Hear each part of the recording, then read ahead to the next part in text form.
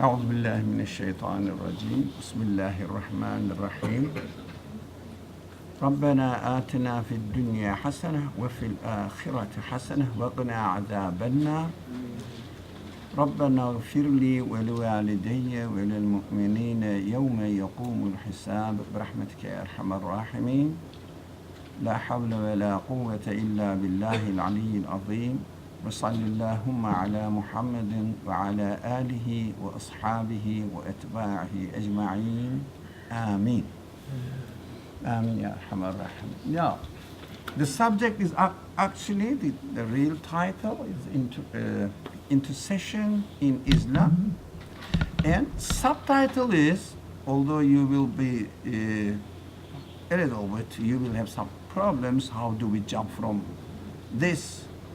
From the beginning, we will discuss some subjects, but at the end, we will end up with something else. Maybe it will be an unexpected conclusion. MashaAllah. Pleased to meet you here, see you. Okay, so intercession in Islam, but I wanted to introduce the subject with, do you need help? Well, who can help us? So intercession is for this purpose. We need help, somebody to intercede with Allah to solve our problems. So that's what, if someone says, I don't need anybody, it doesn't need intercessor. Yep. So because we are already 15 minutes behind the schedule, so I'm a little bit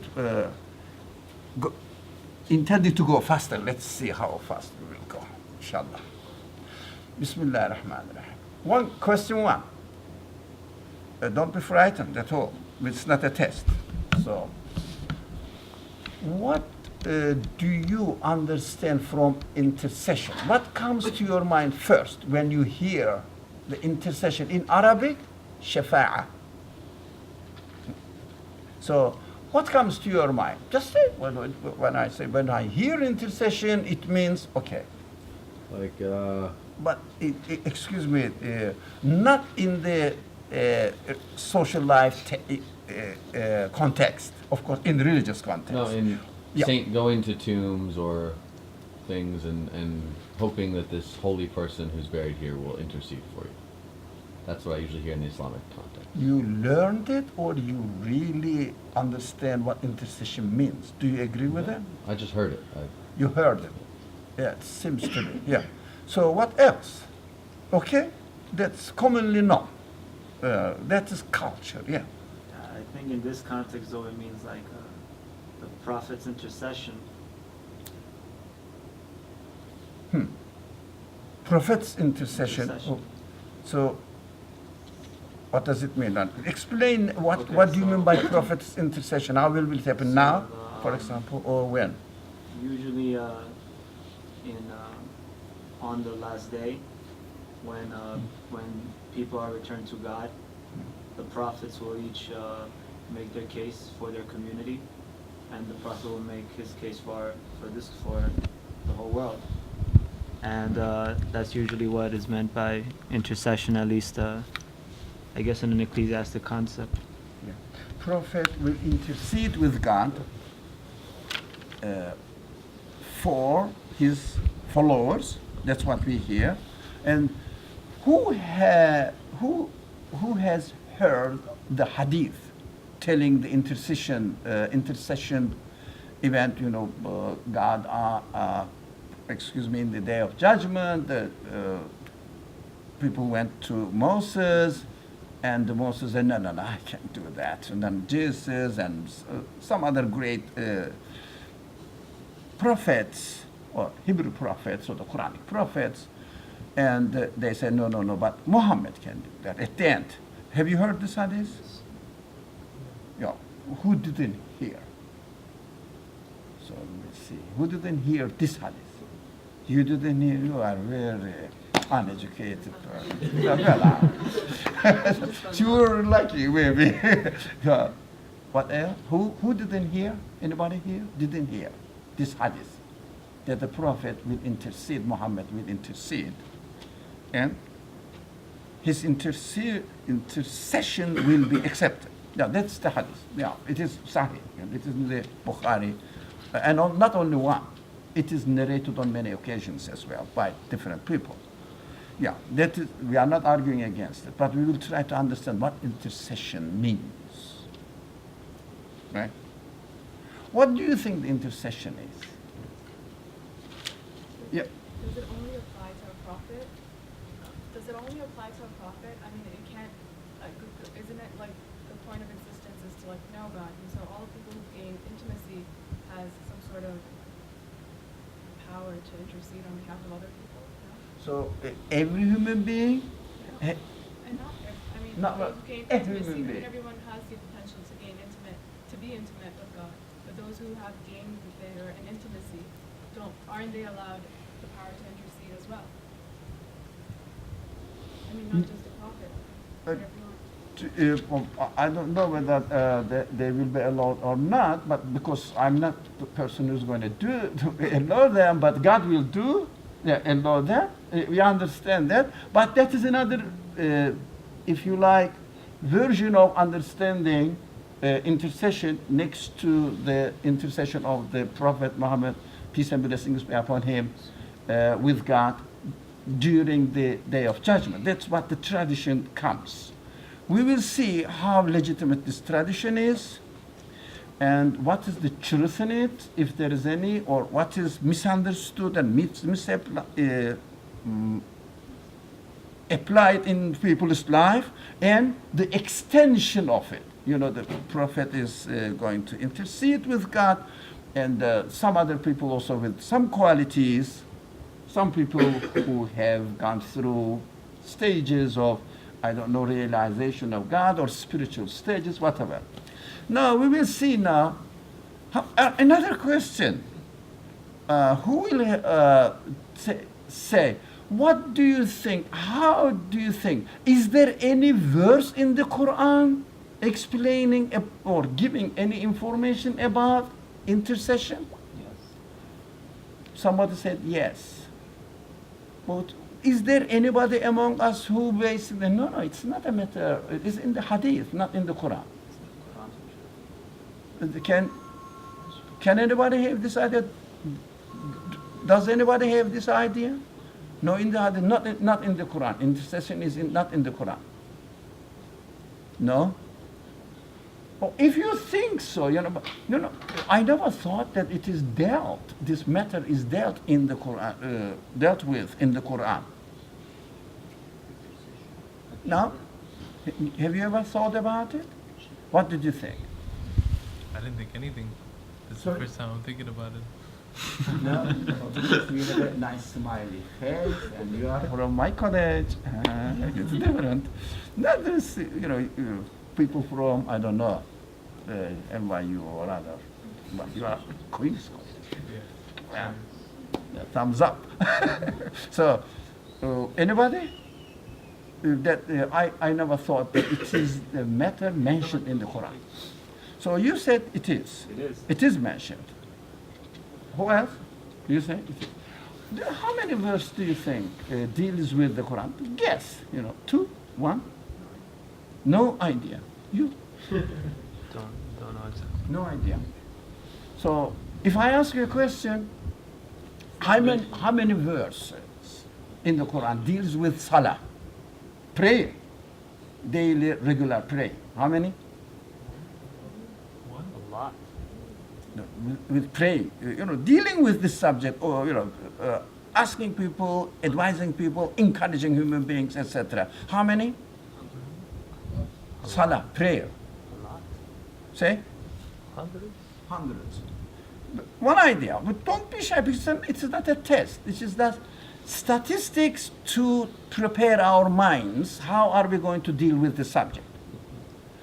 So, how many verses do you think are there in the Quran dealing with the intercession?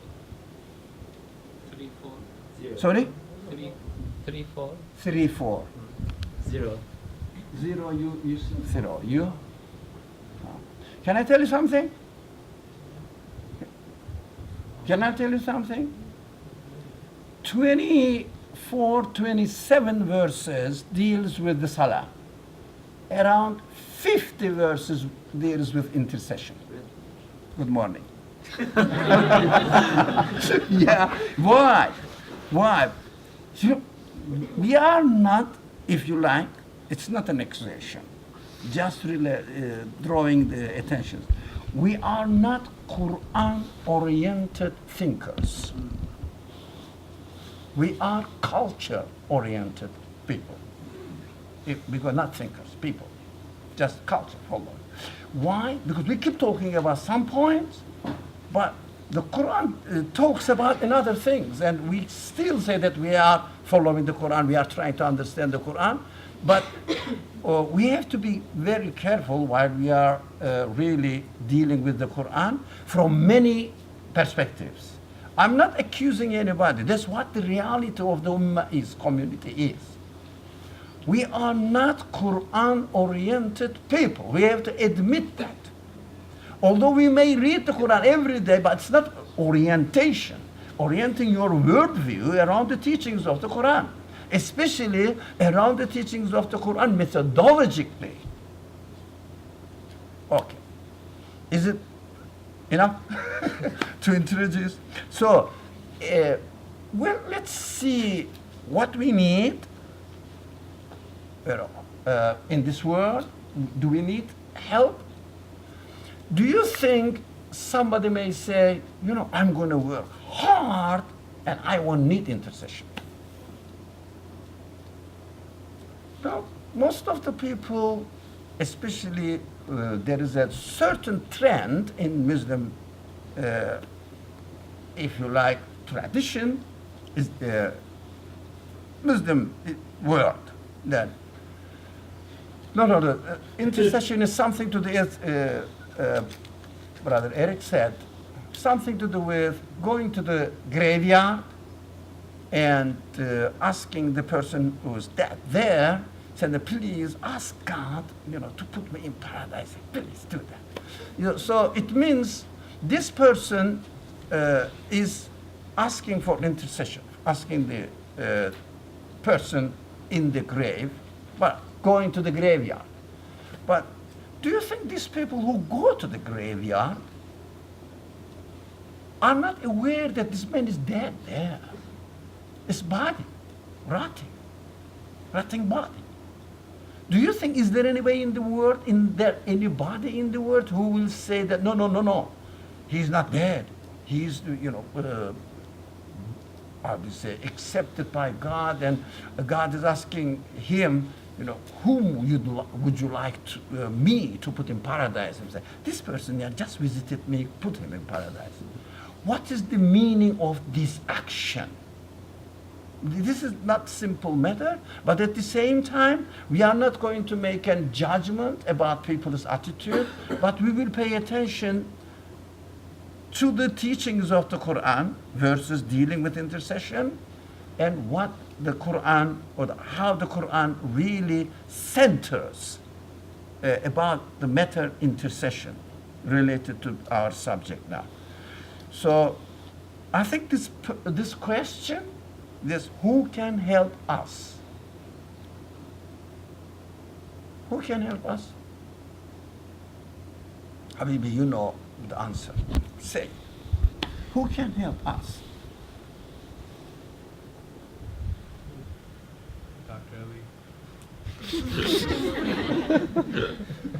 He needs help, man. Who can help us? The one who created us. The one who created us can help us. Well, we know that. I don't know why you are scared, or do you think I'm very harsh with you? That you don't answer that answer, you know. So we know that God can help us. The rest, no one. Nothing else. No one. But we are living in this world, yeah? Which kind of attitude we should have in this world?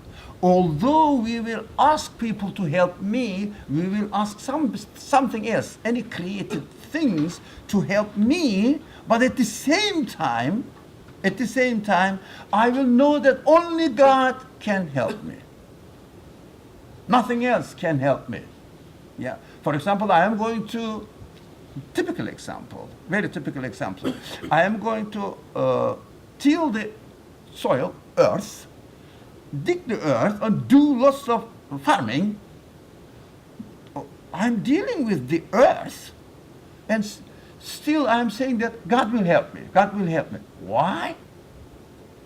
That is the, if you like, cracks of the of understanding of intercession. Get this one. Get this answer very, very, but with a sharp mind. Who can help me? My Creator can help me. That's what a beautiful answer. Yeah, one Creator can help me. What am I doing in this world then? Why do you struggle? Why do I strive for something to obtain, to get something? God can help me. How can I adjust between these two extreme understanding? One is God can help me, but nothing else. The other one is I'm going to get my sustenance, for example, out of my own labor. To extreme. So where shall I stand? That's why I thought of the concept of intercession must be understood for myself. It must be studied seriously. We should not get lost in people saying that, don't go and saint worshipping, don't go to the grave and I ask saints to help me or to intercede with God for me on my behalf, and I will be in paradise. If not this saint, but the Prophet Muhammad will do it. I am one of his followers. I'm one of the members of his community. So he will intercede for me. He will solve my all problems. So I really say, anytime I hear the name of Muhammad alayhi salatu wasalam, I say alayhi salatu wasalam, just to make sure that I will not lose his intercession. To make sure. Does it work in this way? What is the gist of the matter? Yeah, how can I really solve this matter? Okay? So we touched upon this one, intercession in Islam, the intercession of Muhammad, peace and blessings be upon him. So it will start, inshallah, God willing, we will start from intercession and develop and see how are we going to deal with this hadith which says Muhammad is going to intercede, not anybody else. And how are we really travel from point A to point B? Yep. That's the first verse. I'm sure everybody knows. Ayatul Kursi, Bismillah ar-Rahman ar-Rahim. Everybody knows. Allahu la ilaha illa huwa al-hayyul qayyum la ta'khudhu. Everybody knows. Yep. You know. Didn't I tell you? So, okay, don't worry. So, most of the people were either coming from a Muslim family background or embrace Islam. The first thing they learn Fatiha, the second is Ayatul Kursi. True. Is it true or not? True. So, because this verse is very esteemed among the students of the Quran, because God Himself defines who He is. This is the whole verse. This is the part of it. But because this part is related to our topic, that's why I'm picking up this part. But that's why it is important. Which kind of, if you like, understanding of God or concept of God we should develop in our mind, not imagine. But what do I mean by when I say God? This verse, the whole verse, explains. God is this. But it starts with Allahu. God is equal and carries on, defines it. So that's why well, and everybody knows it. Yep. So here in this section, we need somebody to read it. Yep, Bismillah. له ما في السماوات وما في الأرض من ذا الذي يشفع عنده إلا بإذنه. This part. Now translation, English. What do you know? Yeah, oh, you see, you know something. I got You don't the- know Ayatul Kursi, but you know this. Whatever is in the heavens and whatever is in the earth is his. Who is he that can intercede with him but by his permission? Let us, this, a little bit technical word, conceptualize the intercession. It means, in the context, within the context, we will understand what this concept of intercession means. Contextualization, they call it. So we will try to understand within which context the word intercession is within, if you like, harsh language, straight language, rejecting. No one can have intercession. So within what context this word is introduced to the readers of the Quran? So that's why I started from there. Look at the context now. Describing God, defining God from the beginning, when and comes whatever is in the heavens and whatever is in the earth is his. Make sure. Try to understand. The Quran says this. Of course, we have always we have been always concentrating on this point. Whatever the Quran says, it is a guidance. It doesn't mean that we are going to imitate the Quran. No, never. So it is a guidance. It means if this verse says whatever is in the heavens and whatever is in the earth is his. It means, oh reader, look and try to understand this and come to this conclusion. I'm telling you the conclusion. So showing the last point, or the, how do you say, target or destination. So you have to investigate and say at the end of your investigation, not at the beginning. At the end of your investigation, you will say, yes, this is correct. If you agree with it, if you don't agree with it, imitating doesn't help. So we read the Quran as a source of guidance, pointing to the last aim. So if the Quran says this, what we will do, we will start the journey now. If we can end up with this destination, in this destination. Do you understand this methodologically? No? Well, you didn't have enough sleep last night? Definitely. So really, you don't? I was concentrating on. Okay. thoughts on- So anybody? Help me. I mean, it feels like an analogy. For example, like if someone has to get to the president, you cannot get to the president without not going through like the mayor or like the governor and then to the president. Sort of something like that, as an analogy. I mean, how does one directly get to the president without not going? And these, like the governor and the mayor has the president's permission to rule their region, and then one would have to address all these offices before getting to the highest office. I think someone may have another approach. Yeah. It actually reminds me of Shakespeare, like Romeo and Juliet, the very first page of the book. It says like there's two starstruck lovers. It tells you the ending of the story, but it's the entire, it's like everything that happens within the story that's important, and that's the whole point of, the reading that stories, because it tells you the conclusion on the first page, but you have to go through the entire thing and see like what's the story behind it. So let's say, making a comparison, the first sentence we read in Shakespeare's writing, which is the result of the conclusion.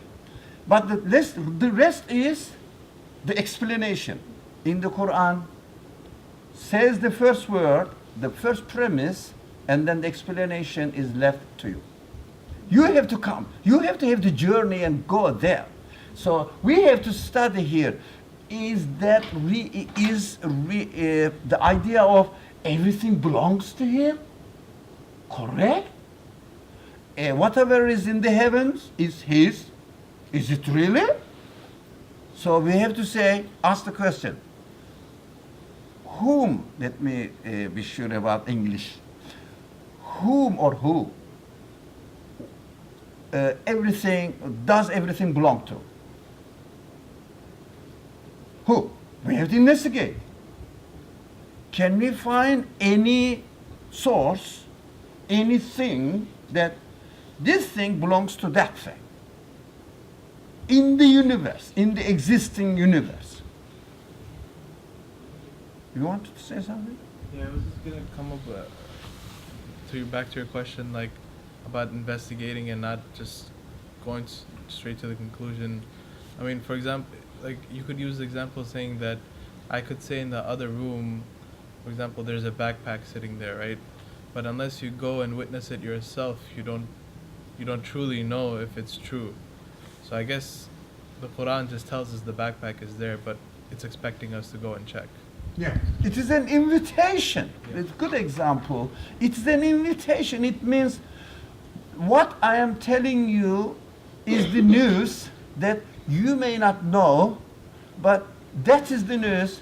Investigate it and come to this conclusion. The Quran says, I am the creator of the universe. You are bound to come to this conclusion because I know what I am doing.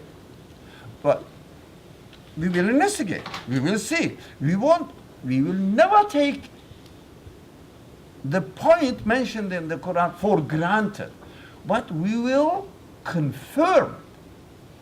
We will confirm it as a result of, at the end of our investigation. Right? Do you get it? Does it make sense? So we will study who does everything belong to in the heavens and in the earth. We will investigate. We will study. We have to. Otherwise, our definition of God, as we take it from the Quran, will be unsubstantiated. That's clear. You don't know why? That's what they say. Yeah, that's what this book says. I trust this book. Oh, you trust your mother as well. Go and listen to your mother. Because you trust her. She brought you up. So it doesn't work in this way. You have to have, I have to have a conviction in my own conclusion. That's why we should read the Quran always within this methodology. So if we investigate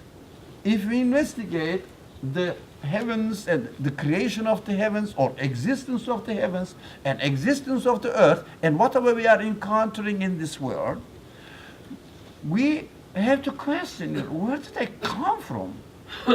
Who do they belong to? Who? I have to investigate. As a result of our investigations, if we found out that the earth belongs to some aliens living somewhere, I don't know, in the Mars, maybe, then this verse is wrong, this sentence is wrong. Because the things belong to the aliens in the Mars, not to God, the Creator. No. So you say, no, this is trash, throw it. But if you cannot find any source that you can attribute the existence of anything to that source, then this world, the heavens and the earth, belong to somebody who says, I am the creator of this world. Do Do you follow my reasoning? Does it make sense? This is right. The creator, the Quran by definition is what? The word of the words of God. It means the words of the creator, nothing the word of anybody or anything within the universe, existing universe. So if what it says is true, or if I can really prove that for myself, of course, prove to myself that it is true, it means I am confirming the creator of the universe, the existence of the creator of the universe, ownership of the creator of the universe. Do you understand? This is essential. If we don't understand this, we cannot go ahead. Anybody? Any question there? Right? Is it right? So, carry on the context now.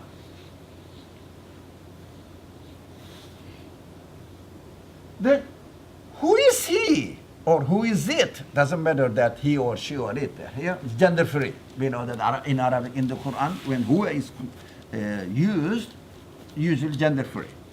So, who is it that can intercede with him, but by his permission?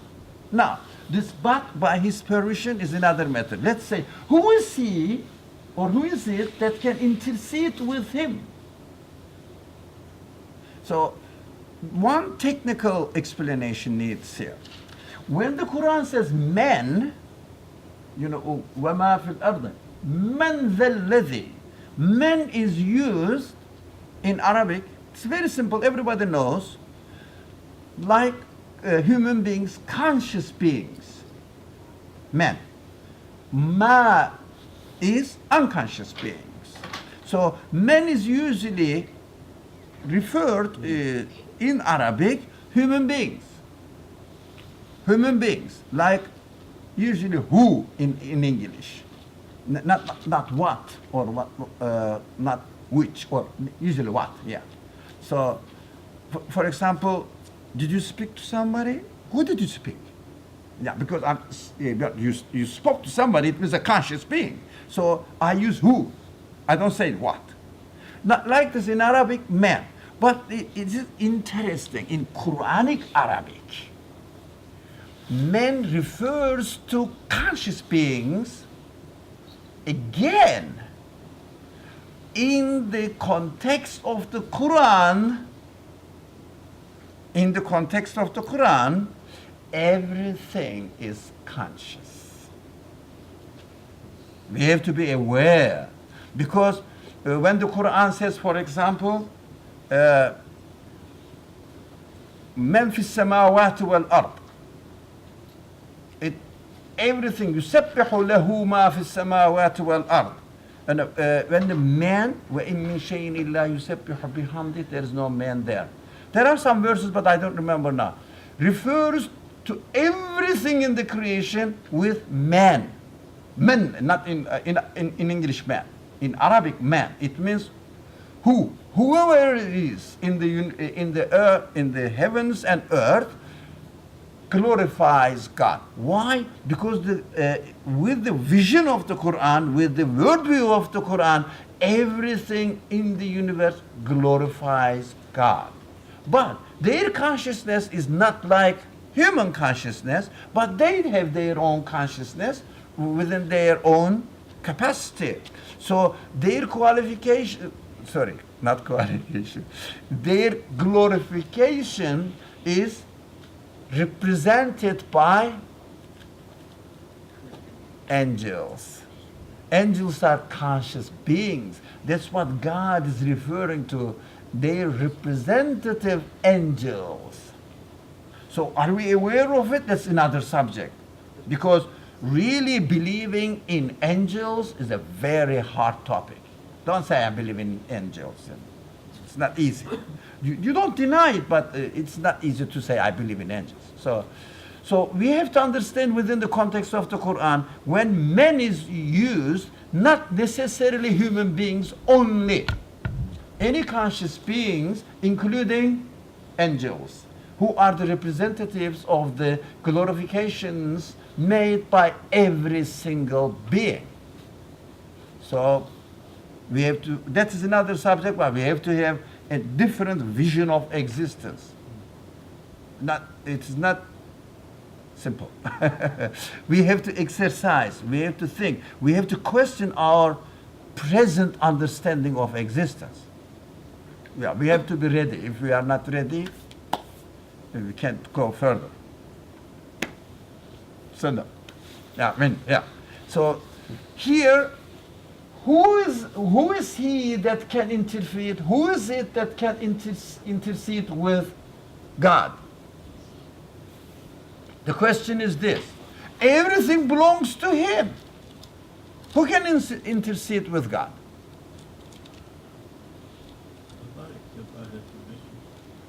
No, don't go there. Yeah, nothing. In this context, up to there, nothing can intercede with God. So, illa bi'idhnih. Be careful. Illa bi'idhnih. What do we understand from illa bi'idhnih? It means except, but, he said, except by his permission. What do we understand from it? By his permission. Or except, sorry, not by. Except his permission. Let's read this verse. Come on, man. The Quran is speaking to the reader. Come on, read me in order to understand or come to the same conclusion. Do we see that the intercession is taking place, not only will take place, taking place right now by everything which belongs to him, interceding between me and my God because of his permission. Do you understand that? No. Have you been to the primary school? No education. Man, you know, in order to understand the Quran, you have to be fully awake. Yeah. It's not like mathematics. It's so simple. You know, we are studying the Quran. So there is a storm. Mathematics professor. So it's it's simple. Really, to study mathematics is simple, much simpler than studying the Quran. We have to be very careful. It is not difficult. You know what we are lacking? We are lacking of the methodology in reading the Quran, because we are indoctrinated. We are brainwashed to imitate the Quran. Speak on behalf of the Quran by speaking as if you are God speaking in the Quran. God said this, you should be that. He said that. It must be so. Why? What do you mean? Do you know better than God? That's what the claim is. That's what we have been indoctrinated through cultural inheritance under the name of religion. You have to, how do you say, renew, revive, you reinvestigate your own belief system. So the Quran says, nothing can interfere with me, everything belongs to me, and except with my permission. Oh, what do you mean? What does it mean? Can anybody tell me that something is interceding with God and benefiting me with his permission? Give one example. Your earlier example of farming, if you're farming, your labor is by his permission, you're planting whatever by his permission, the plant is growing by his permission, whatever fruits you get is by his permission, whatever you eat from, like, your benefit, that fruit is through his permission. So one thing I will shift the focus of what you said. It's a good example. Not if you are aware that you are farming, doing the farming, in his name. It means knowing that, knocking at the door of the earth, the land, is in reality asking the owner of the land, say, oh, the owner of the land, give me some nourishment or provision. I want that. So, as a result of this attitude, we have to be very careful. As a result of this attitude, the person who is asking the land in the name of God, the owner of the land, the owner of the order of growing the harvest, whatever you are harvesting, is the owner of the universe. That's why you are acting in his name. You will realize that the seed, which is going to grow into a plant or a tree, whatever, will act in the name of the Creator. So he will give you provision, it will give you provision with only his permission. Without his permission, it means without the permission of the order of this universe, nothing can act. Are we aware of this? Are we aware of this? Nothing. I cannot speak if my owner, my creator, does not permit me. It means doesn't give me the opportunity to speak. I wouldn't be able to make up my speech. I wouldn't be able to give any quality to myself. They are there with the permission of the owner of the order of this universe. Do you understand? The order is such that, for example, we came here into this room and we didn't ask anybody to give us permission. Yeah, but we came here. Why? Because we have already got the permission from Imam Khalid. So we are here with his permission. If he comes here, it's real. To say it is not available for you anymore, please out. We have to go because without permission. So while we are here, we have to be aware that, and in physical terms I'm speaking, with the permission of Imam Khalid, we are here. So we will acknowledge it. So with the permission of the creator, the owner of the order, be careful, order of this existence, the tree grows. Do we get it? Hey, what are you going? Are you going to do some farming? Yeah. So did you get it?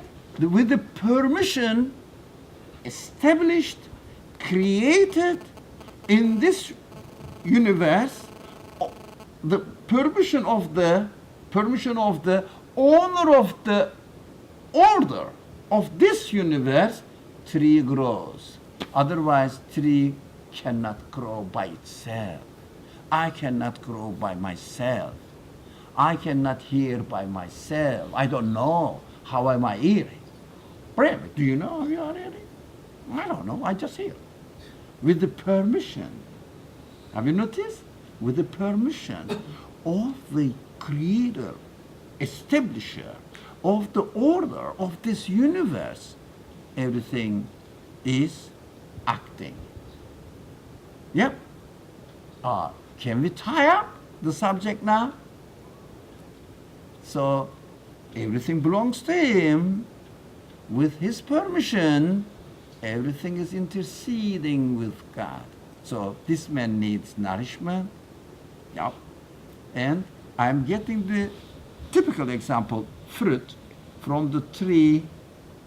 So tree is interceding with God. Did you get it? Did you get it? Tree is interceding with God to nourish me. That is expected to happen in my perception of existence.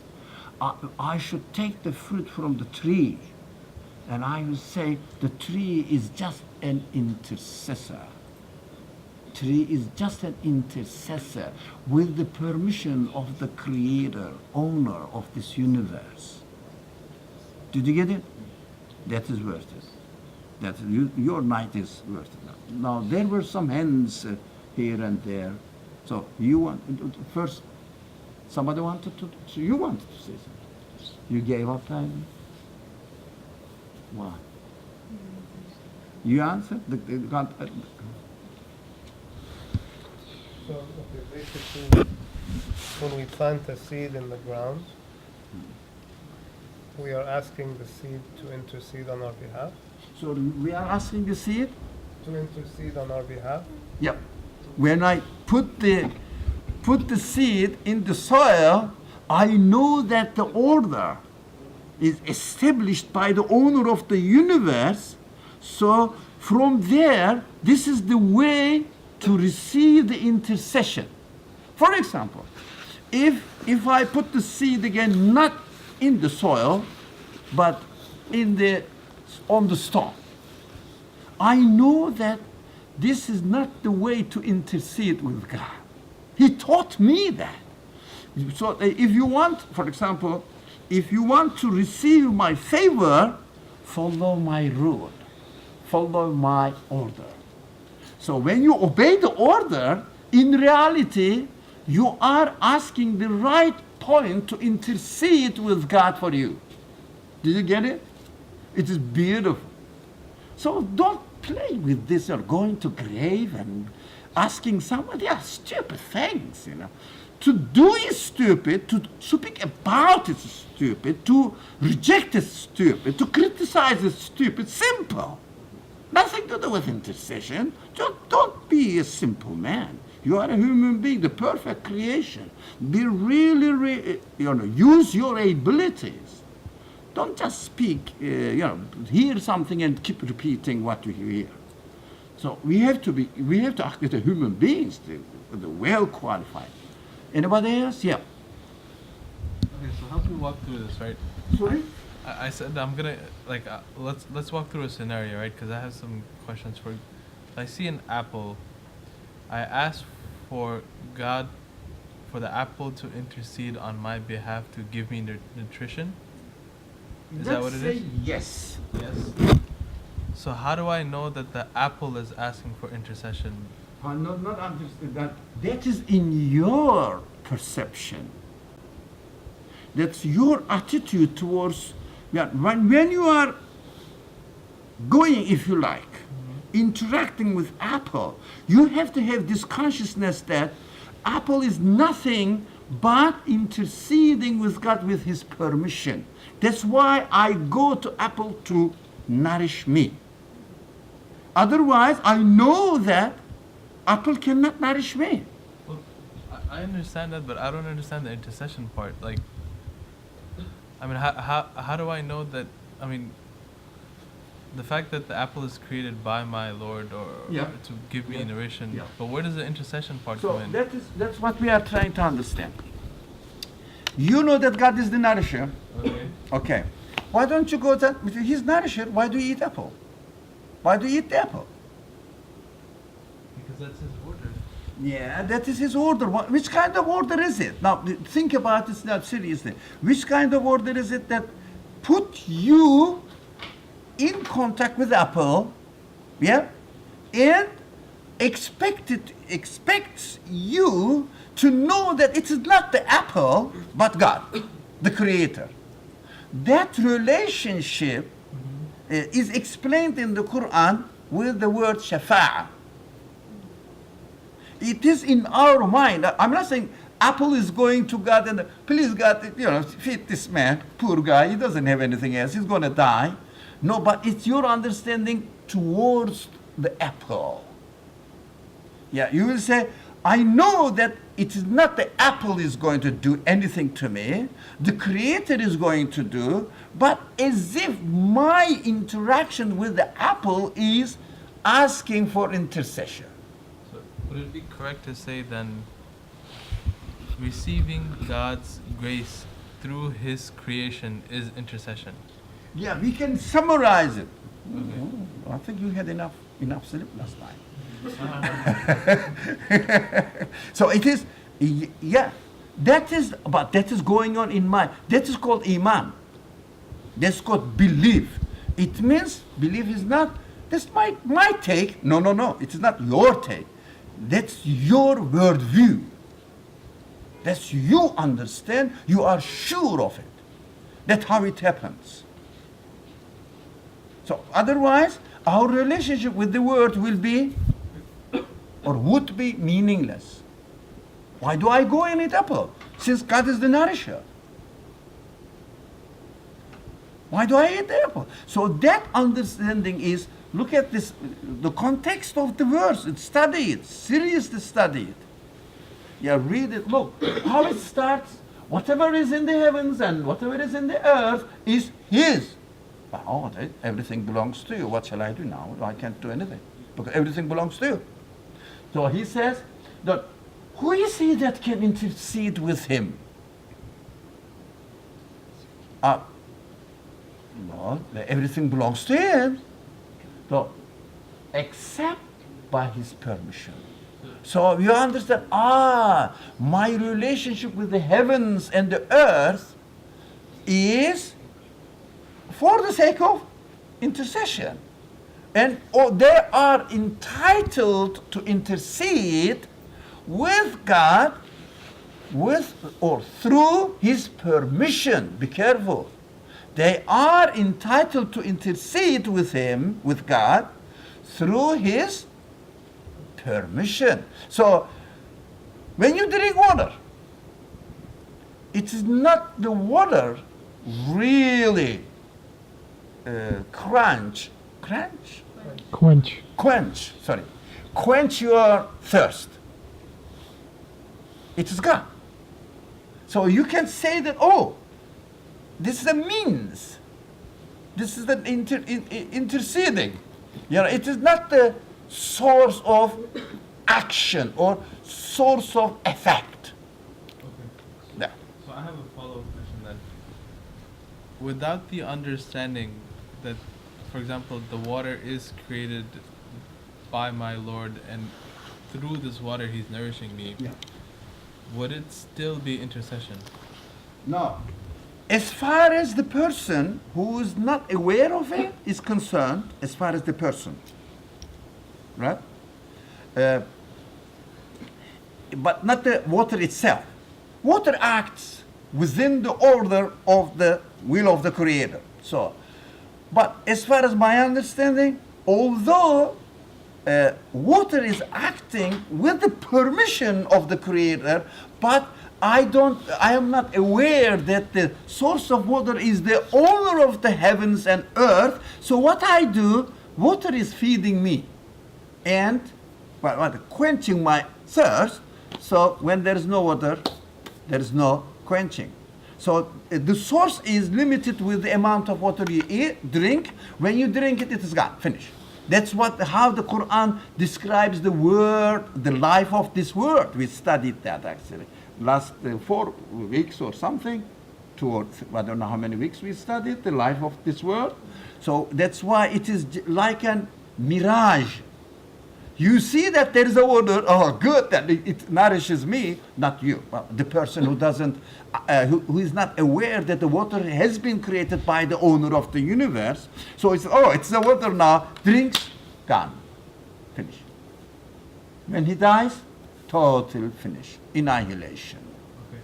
So we understand that really the awareness of the status of the water in the creation, as far as my relationship with the water and my consciousness of or awareness of the creator of this world is concerned, water is just a means, intercessor between me and my God. Nothing more than that. And he's acting as an intercessor with the permission of my Creator. So this verse, not only this verse, but this is the very fundamental verse. So there are many other verses, follow and support this idea. But this is the, if you like, backbone of the subject. if someone that doesn't understand or doesn't agree with this understanding of this verse, and put the intercession within this context, we cannot help. We cannot help understanding other verses. Yeah. You follow up question again? Yes. Okay. I got a lot of questions today. Yeah, so we will pay you a lot, and for every question you get a lot of reward. Yeah. So, taking it a step further, then, I don't know if this would be considered another aspect or this would be part of intercession, but could you say that recognizing that the water is created by your Lord, and through that water you get nourishment from your Lord, not through the water, that allows you to be in front of your Lord to receive intercession?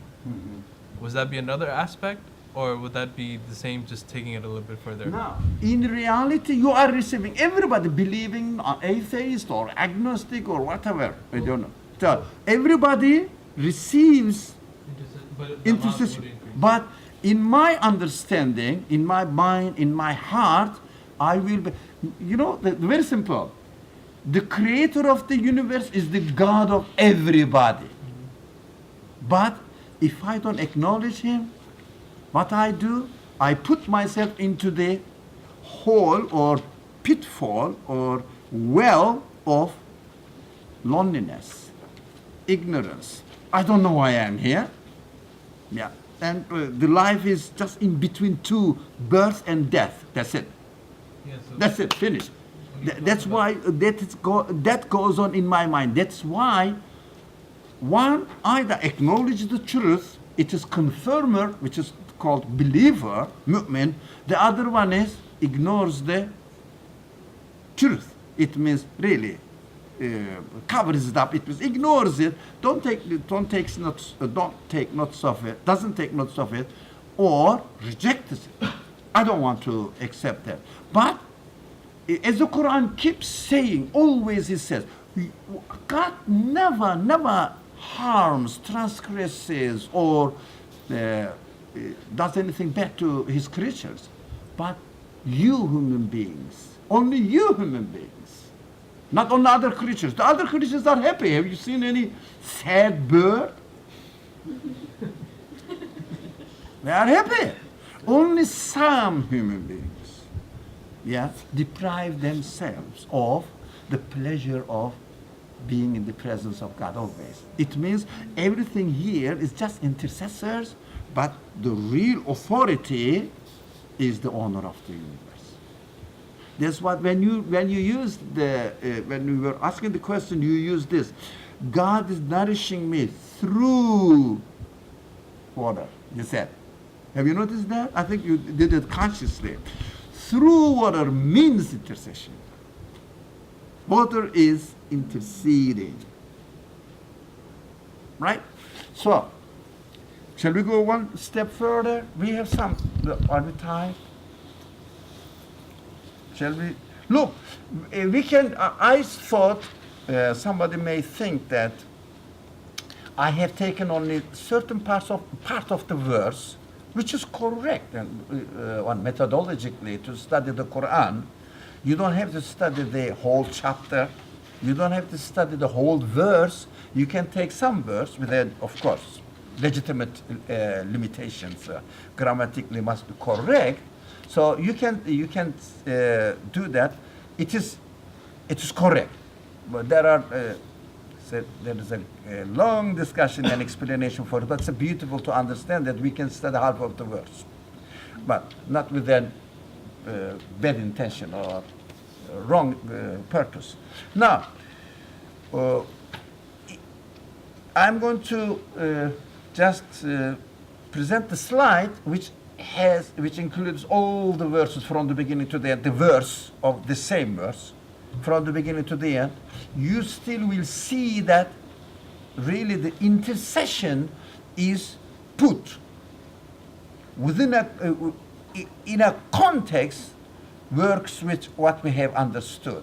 It's nothing to do with asking the saints or going to the tombs. Anything. It's nothing to do with it.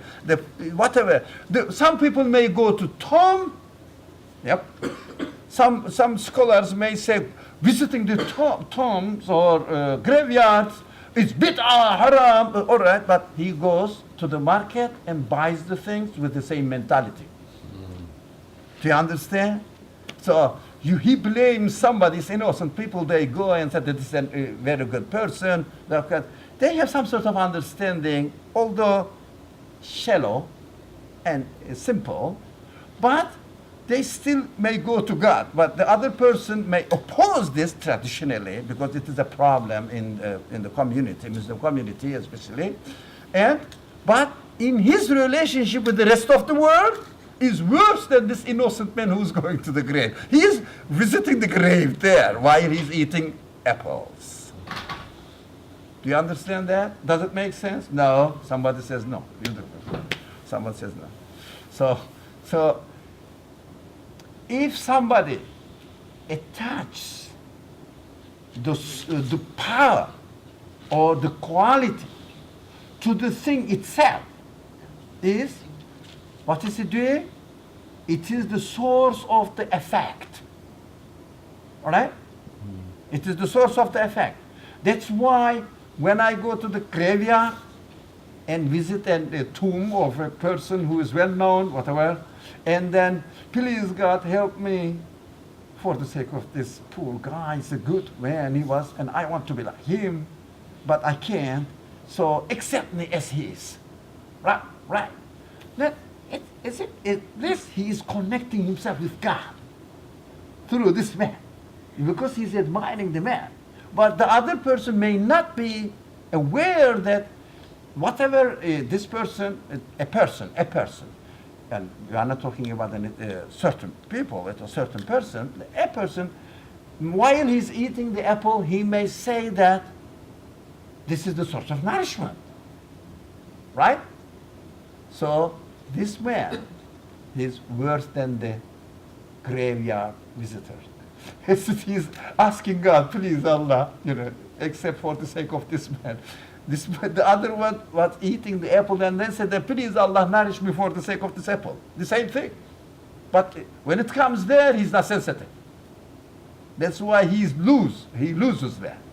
He may, I don't know definitely, but he may. That's why we have to understand this concept of intercession in its universal level, not only at a particular example of it. It may be an apple, it may be a person, or it may be not. We will come to the prophet.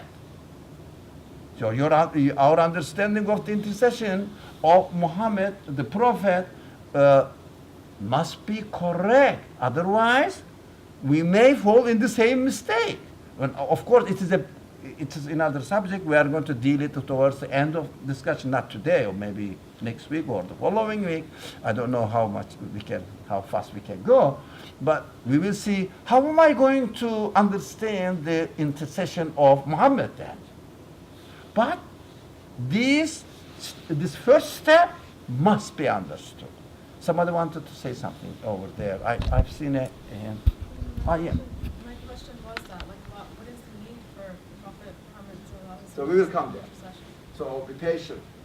Maybe next week, depends, or following week. So if somebody reads the whole verse from the beginning to the end, you will understand how the intercession, the concept of intercession, is really installed, in which context and how. You will understand that intercession means what we have been talking about.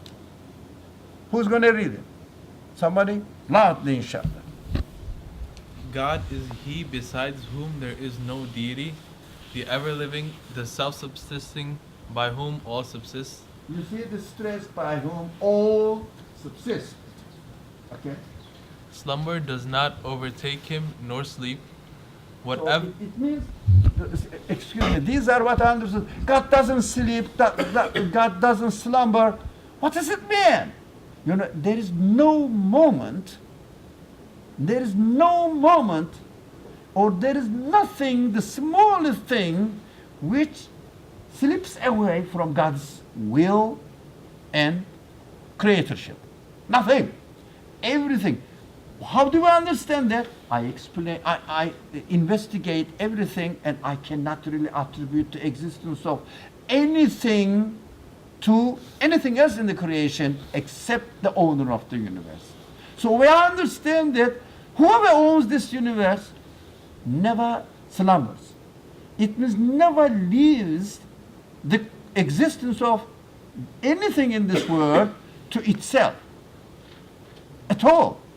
But is it clear somehow? So this is, I'm not going to study this verse now, because if you want to study this verse, it takes another hour at least. So let's emphasize on, draw your attention to the importance of some phrases and carry on. Whatever is in the heavens and whatever is in the earth is His. Who is he that can intercede with Him but by His permission? He knows what is before them and what is behind them. This them is not human beings. Everything, okay? Not only human beings, everything. Yeah. And they cannot comprehend anything out of His knowledge except what He pleases. His knowledge extends over the heavens and the earth, and the preservation of them both tires Him not, and He is the Most High, the Great. So do we see any tiredness? The creator, the owner of this universe is, yesterday he did a good job, but today it wasn't really very successful, or as much successful. No such thing. So we have to investigate and understand and conclude and come to this verse that yes, that's what the verse says is really seems to be correct under the witnessing of the existence. Here, under the witnessing of the existence. So, do you notice the intercession matter is located within the whole description of God? You see that intercession is something to do with what we have been talking. Yep. Let's read one more verse and then stop. So, Bismillah. Who's going to read it? Somebody? Who can read Arabic? Shay? Ustaz? Yeah. أعوذ بالله من الشيطان الرجيم. أم اتخذوا من دون الله شفعاء قل أولو كانوا لا يملكون شيئا ولا يعقلون قل لله الشفاعة جميعا له ملك السماوات والأرض ثم إليه ترجعون. English? Have they taken others as intercessors besides God? Say, even if they have power over nothing, whatever, and have no intelligence? Say, to God belongs all intercession. His is the sovereignty of the heavens and the earth. Then to Him you shall be brought back. So what did you understand from the verse?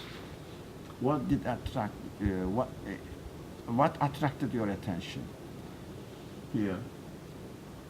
To God belongs all intercession. Yeah.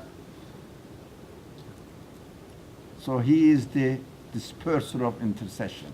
It means, yep. To me, it just means to God belongs all ability to benefit, or all ability in general. I mean, It's from Him. You would intercede for something.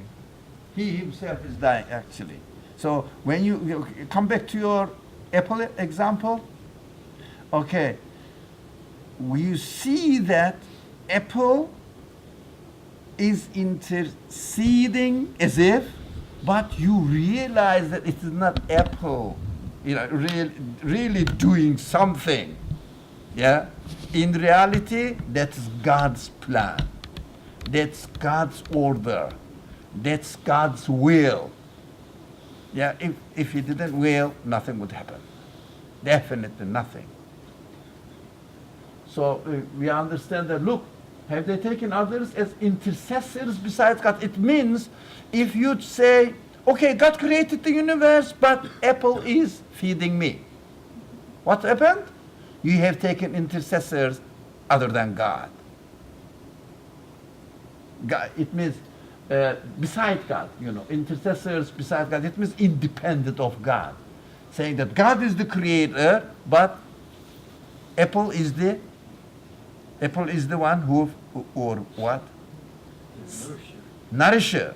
So that is the wrong understanding of intercession. So we have to make all intercessions to God. It means only because of Him, because of His will, because of His order, that apple seems to be nourishing me. In reality, who is nourishing you? Creator. Creator of the apple. In reality, that's what we have to realize. Yep. Anybody want to say? Yep. Isn't that part of being like an audit or like modified to see there is no value in created things, that the real value lies in what the creator has enabled in that created thing that you're benefiting by? I missed the first sentence. So qualify. No, the first sentence. Ma'arifa. She said, isn't that ma'arifa? Ma'arifa. You said in Arabic. What does ma'arifa mean? Gnosis. Gnosis. Sorry. Gnosis. Gnosis. Yeah. Say it, gnosis. Yeah. There are some uneducated people among us. Yeah. Yeah.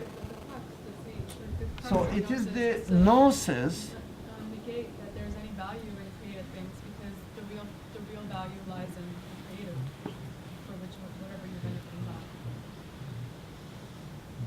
And to see that like the apple, to know that the true value of the apple, the intercession basically is actually from God and not the apple. Your nourishment is provided by God, not the apple. That's what we have to understand. It is God really nourishing me, not the apple. So you say that this is the intercessor with the permission of God, permission. Otherwise, it wouldn't be able to do anything. That's what we have to understand. Not we have to believe. No, we have to be really aware of it. So while I am dealing with the word, interacting with the word, which we always do, we breathe every second. So I will say that I am breathing, but I know that it is just a means acting with the permission of God. So is really the life, the source of life is not the breath, but God. That's why he says to God belongs all intercessions. That's what we should understand it there. So His is the sovereignty of the heavens and earth. It means everything belongs to Him.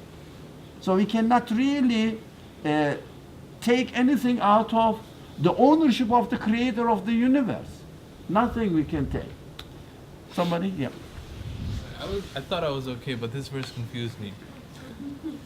So in this verse, it's saying that they taken others as intercessors. So this verse is technically saying that take God or your creator or your Lord as an intercessor and the one who grants intercession. It means source, the real source, not the if you are intermediary, but the real source is God. Be aware of it. So weren't we just talking about like the apple interceding and in your perception, in your understanding, how do you see, when you are eating the apple practically, what do you feel? What do you think when you are reading the apple, eating the apples? It must be reading the apple actually. So when you are eating the apple, what do you think? What is happening? Really? Tastes good. What else? Juicy. What does it mean? What do they mean? What do they mean? Tasting good, feeling juicy. What do they mean to you? Those are means of communicating to my Lord. They are the means communicating to you, yeah, from My Lord. from the creator of juiciness. Taste, what is that? It tastes good. That's a good taste. It's from him bringing the message to you. Bringing the message to you from their Lord. So in your understanding, all the things which are acting as intercessors in this world, in reality, all of them belong to the creator of the universe. That's what we are expected to establish this in our own understanding and interact with the rest of the world accordingly. Just to clarify in terms of methodology, because I noticed that in these two verses, intercession, when intercession is mentioned, like the heavens and the earth are also mentioned. You know, lahu mulku samawati wal ard, lahu ma fi samawati wal ard. So methodologically speaking, because we're interacting with creation and we sustain ourselves with creation, that in itself is a clue that the creator is the one who's interceding through in reality. Yeah. And the really conclusion are these two verses which mention his ownership of the creation and the intercession. Is just to clarify the methodology. I think so. I think it is so far. Do we have any other questions? The time is up. Yeah. So just to go back to the beginning, you asked what are our understandings of intercessors, and then we said how cultural understanding, we might think that somebody who has passed away might be an intercessor. So we pray to their tomb. Some people might say that you pray on a tomb and you ask that person, you tell God that because of his qualities, that this person be an intercessor for me. But what we're learning here is everything is actually an intercession, because everything has these qualities that we actually ascribe to this one or two holy people. But in reality, everything has these qualities, but we need to be aware of these qualities and how they bring us back to the Creator. Am I right? So it's not just people, or not just certain religious people, but everything. The Qur'an is actually, Hamza pointed out, reminded us, so far we see that intercession subject is something to do with within the context of who do the heavens and earth belong to. That is the main question.